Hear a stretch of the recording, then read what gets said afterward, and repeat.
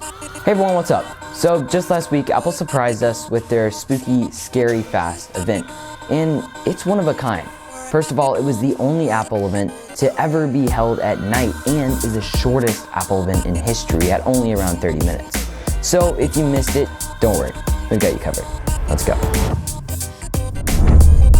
So the star of the night was clearly the new M3 chips. Apple upped their game with an M3, M3 Pro, and M3 Max. The emphasis being graphics, boasting hardware-accelerated ray tracing, mesh shading, and Apple's new system called dynamic caching. Apple claims that these chips render at 2.5 times the speed of M1, and its CPU is 30% faster. Which sounds like a huge number, but you've got to remember M1 from 2021 or 2020, which is more than 3 years ago. So we can see how they're not comparing it to M2 straight away. Then we have the new MacBook Pros, just out in a very nice space black.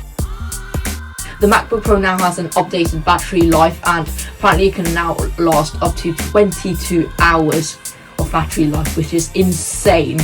For a Windows laptop, you're lucky to get more than 5 hours, but 22 hours is just insane. The 14-inch MacBook Pro can incorporate any of the M3 trilogy, while the larger 16-inch version can only use the M3 Pro or M3 Max chips. The 14-inch MacBook Pro now starts at $1599, and the 16-inch version starts at $2499. Apple also updated the 24-inch iMac for the first time, giving it the M3 chip. And that's about all the products they talked about in the event, but then afterwards something really crazy was revealed. For about a second or two after the event, a black screen with their logo, and then underneath, you see that the whole event was shot on an iPhone. This is crazy, because look at these shots. They look amazing, right? This dude's walking through this hallway.